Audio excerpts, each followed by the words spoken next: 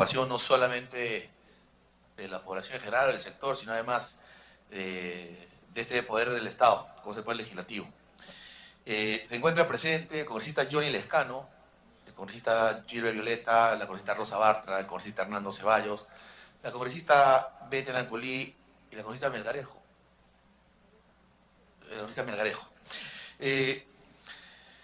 Siendo las 10:40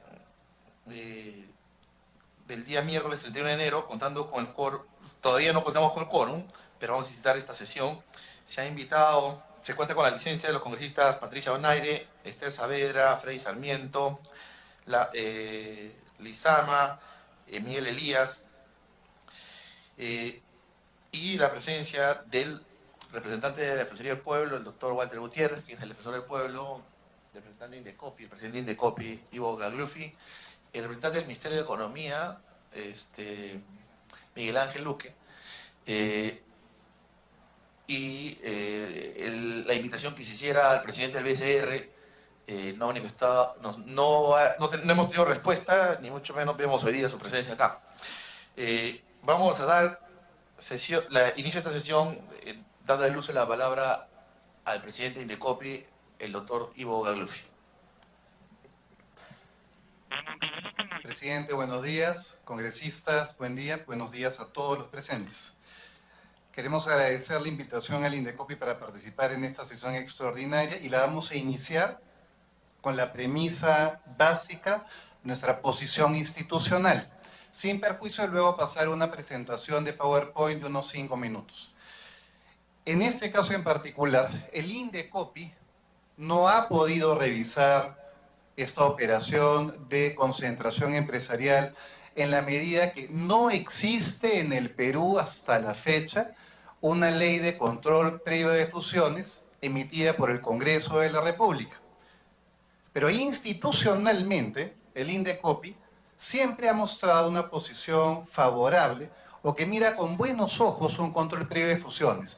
Es más, desde el año 2012, hace 6 años, el Indecopi ya había emitido una primera opinión técnica a raíz de la presentación del proyecto de ley del ex congresista Jaime Delgado y recientemente en los proyectos de los congresistas Lescano y Arana, así como el anteproyecto del congresista del Castillo, el Indecopi lo que ha indicado es una serie de recomendaciones técnicas, porque somos la autoridad de competencia, una entidad técnica, que se deberían seguir para que si se aprueba este control de fusiones en el Congreso, nosotros lo podamos implementar adecuadamente. Señores, la no existencia de una ley de control previo de fusiones no significa que la autoridad de competencia está atada de manos o que no va a hacer nada al respecto. ¿Por qué? Porque existe la posibilidad que nosotros realicemos un control posterior de abusos de posición dominante que voy a explicar en un momento. Pero si se aprueba esa ley de control de fusiones en el Congreso de la República, entonces el Indecopi apunta a 2 acciones proactivas. La primera, trabajar rápidamente el reglamento de esa ley y no esperar al último día. Y la segunda es la creación de una división técnica especial dentro de la Comisión de Libre Competencia enfocada exclusivamente en lo que se llama control de estructuras. Esas son las propuestas del Indecopi en resumen, la premisa de la institución. Pasamos por favor a la presentación. Lucía, siguiente por favor. Señores, para centrar la discusión, nos hemos permitido traer este proyecto. Siguiente por favor. En el derecho de la competencia en el mundo, las agencias de competencia controlamos 2 tipos de temas. Lo primero que controlamos se llama control de estructuras. ¿Qué es el control de estructuras? Es un control anterior, ex ante, que lo que busca es, por ejemplo, en el caso de las concentraciones empresariales, ver si las deniega o si las aprueba con condiciones o sin condiciones, siempre vigilando de que esa eventual concentración empresarial no vaya a eliminar o a disminuir o restringir significativamente la competencia. Es decir, antes que haya un acto anticompetitivo, la agencia de competencia determina si esa concentración empresarial, que ojo, puede ser una fusión, toma de control, etcétera, ¿va a impactar o no en contra del mercado y la competencia en el mercado? El otro tipo de control que hacemos las agencias de competencia en el mundo es el control de conductas. Es decir, siempre que se produzca una conducta anticompetitiva, abusos de posición de dominio, prácticas colusorias como la concertación de precios, entonces la autoridad, de manera ex post, posterior, identifica y sanciona. Siguiente, por favor. Como pueden ver, el control de estructuras, en resumen, es preventivo y el control de conductas es reactivo. Siguiente, por favor. La pregunta básica que se han hecho todos los ciudadanos esta semana. ¿Existe en el Perú un control de estructuras o de concentraciones empresariales? Y la respuesta es, siguiente por favor, no. En el Perú no hay control de fusiones, salvo en el sector eléctrico. ¿A través de qué ley? De la ley 26876, que es del año 91 o 93, si no me equivoco. Siguiente, ¿qué existe en el Perú entonces? Existe control de conductas. Sí existe. Y existe desde el año, por lo menos 91, a través del decreto legislativo 701, luego el 1034, modificado por el 1205. Es decir, en el Perú sí se puede controlar abuso de posición dominante o prácticas colusorias, pero reactivamente, ex post. Y lo hacemos en el Indecopi. Siguiente, por favor. Entonces, ¿qué puede fiscalizar el Indecopi, señores? Si es que no hay un control previo de conductas. Si ya se fusionaron las empresas y ahora el Indecopi, ¿qué puede hacer? Una pregunta válida que se echó a la ciudadanía. Bueno, el Indecopi emitió un comunicado el día domingo, donde dijimos claramente 3 mensajes. El primer mensaje es, no tengo ley para controlar o para pronunciarme sobre esta operación. No hay ley, no se ha aprobado en el Congreso. La segunda premisa fue, la ley está siendo discutida, debatida en el Congreso de la República. Y la tercera ha sido, sí, sin perjuicio de ello, nosotros sí podemos sancionar cualquier abuso de posición de dominio que pueda generar esa eventual concentración empresarial.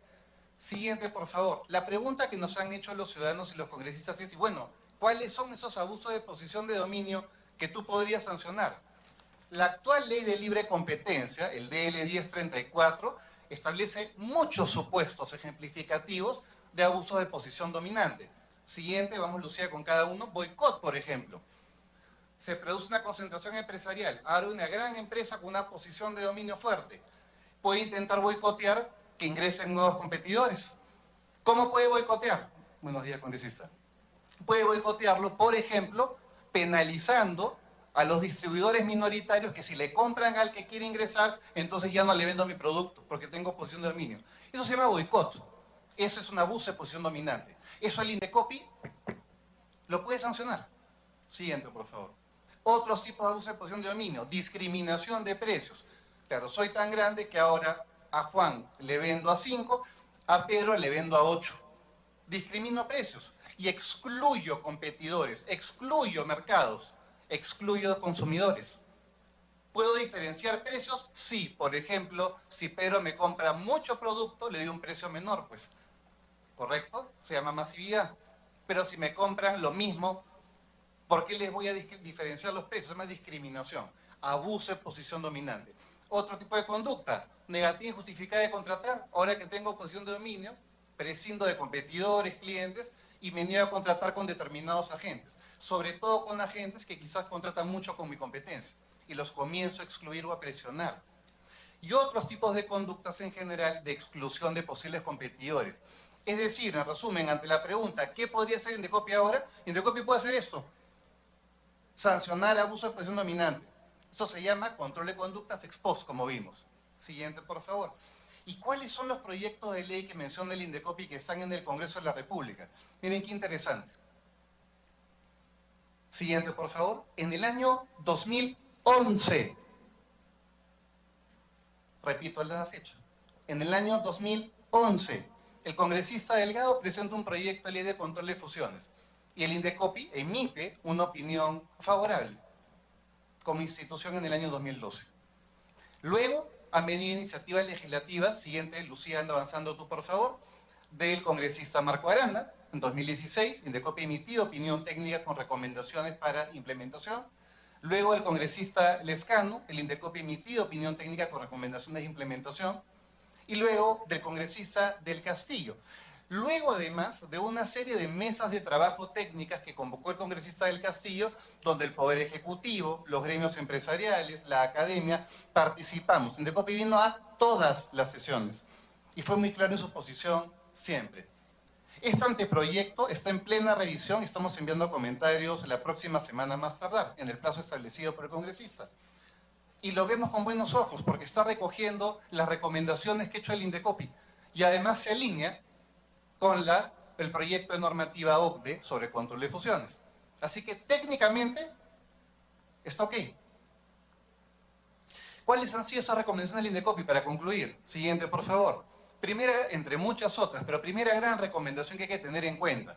Señores, si queremos aprobar una ley de control previo de fusiones, hay que hacerlo técnicamente. Y tenemos ejemplos en todo el mundo que podemos seguir imitar para mantener ese tecnicismo. Todos los países de la OCDE, salvo Luxemburgo, tienen control previo de fusiones. Y Luxemburgo por un tema de paraísos. Y en toda Latinoamérica, todos tienen control de fusiones, salvo Cuba, Guatemala y Bolivia, si no me equivoco. El más reciente ha sido Paraguay hace 2 años con una ley.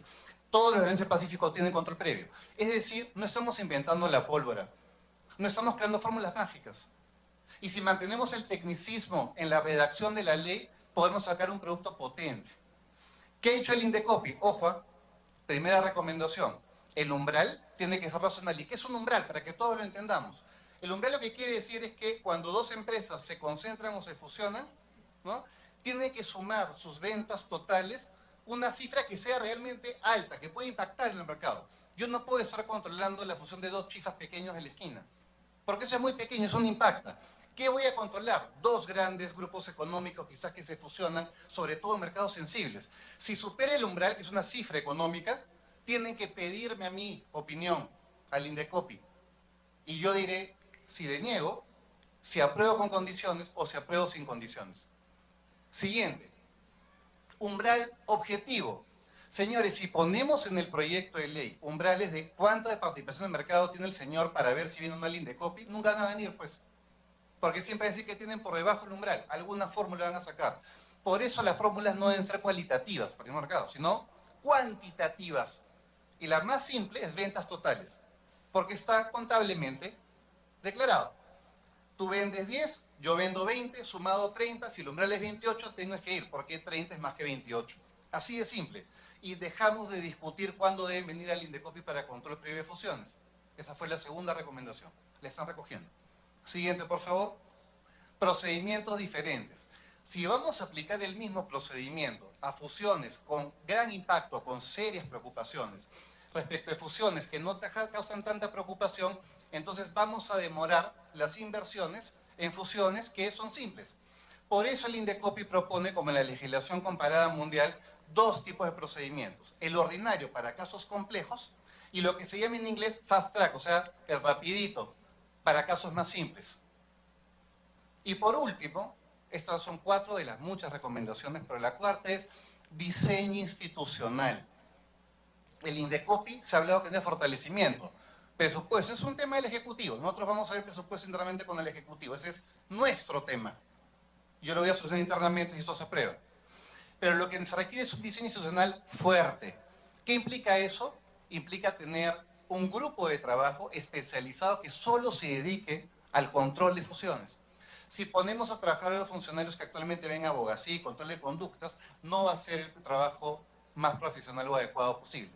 Siguiente, para concluir, conclusiones generales. Primera conclusión.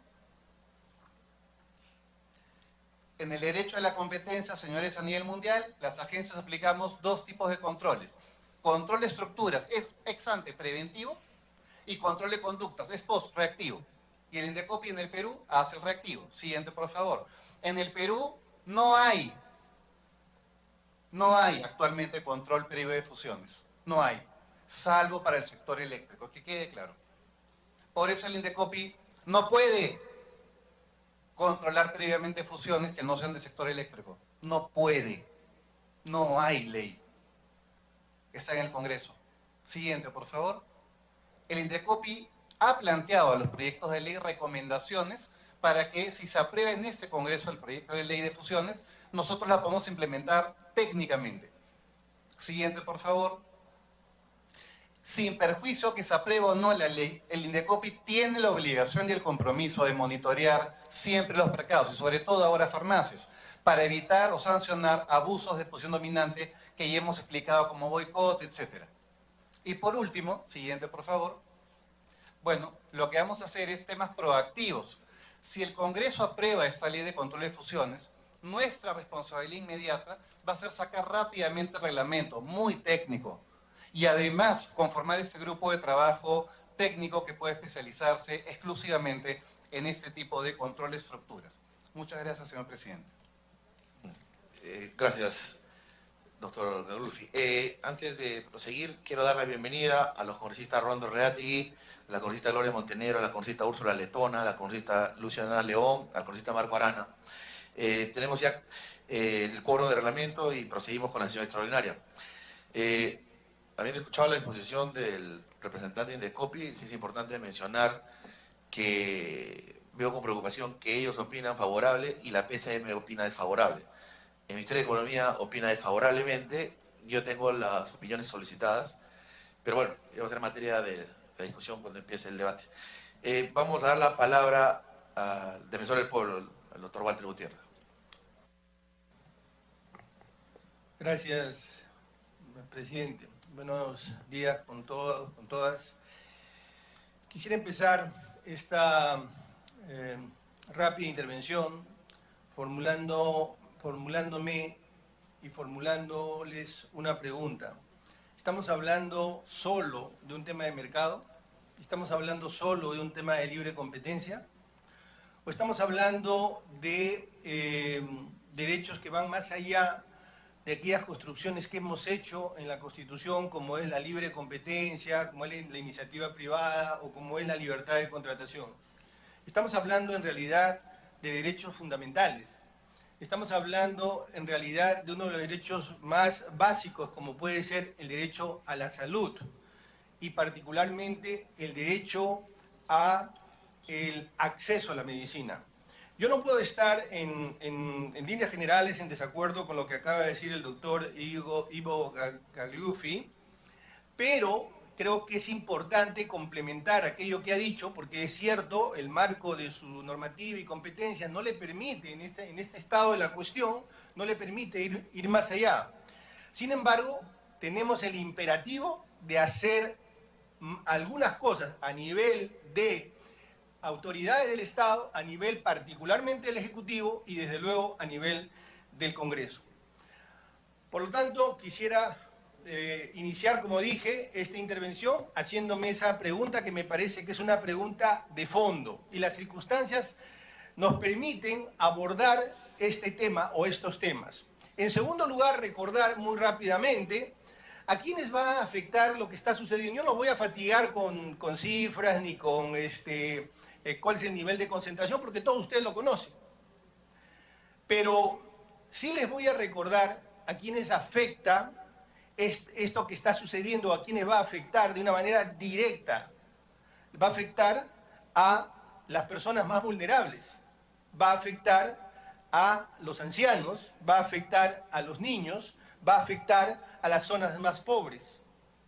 Esa es una realidad que la Defensoría ha podido constatar, que más adelante les voy a dar cifras duras para que ustedes vean que en el actual estado de la cuestión ya el acceso a la medicina es un problema. Imagínense lo que se viene. Entonces, parto diciendo que este no es solo un tema de mercado, es un tema de derechos fundamentales, es un tema de derechos de las personas. Por lo tanto, para la Defensoría es un tema de la mayor centralidad, de la mayor importancia. Antes de plantear las propuestas que tiene la Defensoría, quisiera partir de algunas premisas, a riesgo de ser redundante porque sé que muchos de ustedes los conocen. El mercado de las medicinas, en realidad todos los mercados, pero particularmente el mercado de las medicinas es un mercado imperfecto. Al final del día, los mercados no son otra cosa que una trama de transacciones. Numerosos, miles, cientos de miles de transacciones, todos los mercados. Pero al propio tiempo los mercados lo que se transmite es información. Y uno de los mercados donde es más difícil acceder a la información es precisamente el mercado de medicinas. Porque para poder entender la información que se traslada en los mercados de medicinas, yo no solo necesito que me llegue la información, necesito cierta formación para entender esta información. De manera tal que es un mercado complejo, es un mercado imperfecto. Pero si esto que digo no es suficiente, tendré que decir que cuando uno va a comprar una medicina, no es como va a comprar un par de zapatos o cuando compra un reloj. Uno va compelido por una enfermedad, por una necesidad. Si esto que he señalado todavía no basta, diré que en los mercados de medicinas, en todos, no solo en el Perú, hay un gran poder económico, una gran posibilidad y capacidad de acción. Y para cerrar el círculo, ahora con un enorme actor, con un gran poder económico. Entonces, este es el mercado del que estamos hablando. No estamos hablando del mercado de relojes, no estamos hablando del mercado de zapatos, estamos hablando de un mercado que tiene que ver con un bien fundamental. Todos ustedes saben que el derecho a la salud y el acceso a la medicina ha sido considerado un derecho fundamental. A menudo hablamos del derecho a la salud como una abstracción. El derecho a la salud se despliega en un plexo de derechos como, por ejemplo, el tener acceso a cierta tecnología de medicina, a que la medicina o la salud sea prestada con seguridad y con oportunidad, pero también tener acceso al medicamento. El acceso al medicamento es un derecho fundamental. Y que el Tribunal Constitucional haya reconocido el acceso a la medicina como un derecho fundamental establece obligaciones de hacer para el Estado y obligaciones de no hacer para el sector privado. Por eso me pareció importante hacer una rápida recordación de este tema. Hace más de 100 años, en 1890, cuando se creó la ya conocida y repetida Ley Sherman en Estados Unidos, quienes sustentaron esta ley decían que la concentración económica pone en peligro la democracia. Yo iría parafraseando, la concentración económica en el mercado de medicinas pone en peligro la salud de quienes menos capacidad económica tienen, de todos en realidad, pero particularmente de quienes menos capacidad económica tienen. Por lo tanto, es una situación que nos tiene que convocar a tomar medidas rápidamente. Antes de entrar a las propuestas que queremos sugerir, quisiera detenerme también rápidamente, presidente, en algunos conceptos que desde mi punto de vista no han sido leídos como deberían ser leídos en un Estado constitucional de derecho. Es verdad que nuestra Constitución recoge como un derecho constitucional la iniciativa privada. Es verdad que recoge y reconoce la libre competencia. Es verdad que recoge y reconoce la libertad de contratación. Pero al propio tiempo, y el núcleo duro de la Constitución es el artículo 2, los derechos fundamentales. Y en un conflicto o en una interpretación entre estos derechos, tiene que interpretarse en favor de ese núcleo duro. Voy a poner algunos ejemplos para que vean que estos conceptos no están grabados en piedra. Por ejemplo, en el mercado eléctrico. En el mercado eléctrico, quienes tienen la titularidad de este servicio tienen un monopolio y están obligados a contratar, y ahí hay una excepción a la libre contratación. Y además hay una regulación de precios. Por lo tanto, ahí también hay una excepción a la proscripción de señalar precios. También existe en el ordenamiento peruano lo que se llama las licencias obligatorias. Esto está en la Ley de Propiedad Intelectual. Esta es una excepción a la libre contratación. Si yo soy titular de una patente, por ejemplo, podría ser que en determinadas circunstancias el Estado me obligue a contratar porque entiende que por un interés general o por una situación de necesidad tiene que utilizar esa patente para producir medicamentos. Y esta sería entonces una excepción a la libertad de contratación. Eso está en la legislación y nadie jamás se ha atrevido a decir que eso es inconstitucional.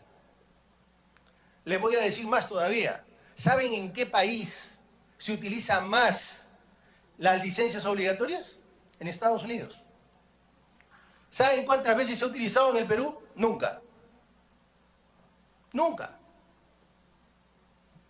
Entonces, yo quiero plantear estas premisas para que entendamos que no debemos leer con un solo ojo la Constitución. Tenemos que leer la Constitución de una manera integral y desde un enfoque de derechos. Porque todas estas figuras las hemos creado, las hemos construido. No es que la libertad de contratación tenga pies y camine por ahí. No es que la libre competencia haya surgido de la naturaleza. Son construcciones, son constructos. Al único que no lo hemos inventado es al ser humano, a la persona. Y todas estas figuras, al final del día, responden a los intereses y a los derechos de las personas. Dicho esto, señor presidente, el punto es qué hacer. ¿Qué hacer en esta circunstancia? Bueno, hay dos cosas que hacer. Hacia el futuro, desde luego está el tema de la ley de concentraciones, de la cual ya mi colega y amigo Ivo Gagliuffi ya se pronunció. Y nosotros más o menos podríamos estar en la misma línea. De modo que yo no voy a redundar sobre ese punto. Más bien me voy a ocupar de qué hay que hacer ahora, porque hay problemas que se vienen y hay problemas que ya están acá. Y yo me voy a ocupar de los problemas que ya están acá. En relación a los problemas que están o que ya están por venir, la Defensoría plantea la necesidad, la urgencia de que se cree una agencia estatal de supervisión de precios de medicinas. Esto puede hacerse en tres momentos. Primero, necesitamos saber cuál es el estado de la cuestión, es decir, cómo están los precios en el Perú. Permítanme hacer una pequeña digresión. La Defensoría es una institución que el año pasado, en noviembre, apenas inició esta gestión, hicimos una supervisión en todo el país. 400 farmacias se supervisaron. Les voy a dar solo dos datos duros que encontramos. Primero, no había, en la gran mayoría, no había genéricos. Y segundo, lo segundo que les voy a informar es que en las zonas más pobres, en la selva, en Huancavelica, los precios eran más caros. Llegaban largamente al doble que en Lima. Esa es la realidad antes de esta concentración. ¿Qué les hace suponer, qué nos hace suponer que las cosas van a cambiar para mejor? ¿Qué nos hace suponer que con la misma regulación, que con las mismas políticas públicas, esto va a cambiar? Por eso es que la Defensoría cree, y regreso a la iniciativa, que es importante crear una agencia de supervisión de precios que nos permita generar conocimiento duro respecto de cuál es la realidad. Y una vez que conozcamos eso, pasemos al siguiente paso, que significaría crear una banda de precios. Y aquí quiero ser muy claro porque a menudo las cosas que...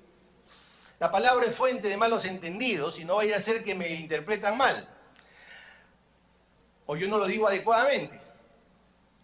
Lavanda significa poder conocer cómo es que un medicamento que, por ejemplo, el costo es de 2 centavos de dólar, en el Perú cuesta, por decir, $8, en Chile cuesta 4, en Australia cuesta 6, o 2, o 1, y nos permita conocer cómo es que están los precios en el mundo, en la región.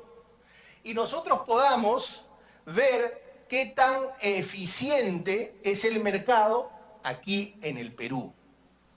Y el tercer elemento de nuestra propuesta es la creación de un fondo. Un fondo que no lo administre el Estado, porque seguramente lo primero que se me va a decir es que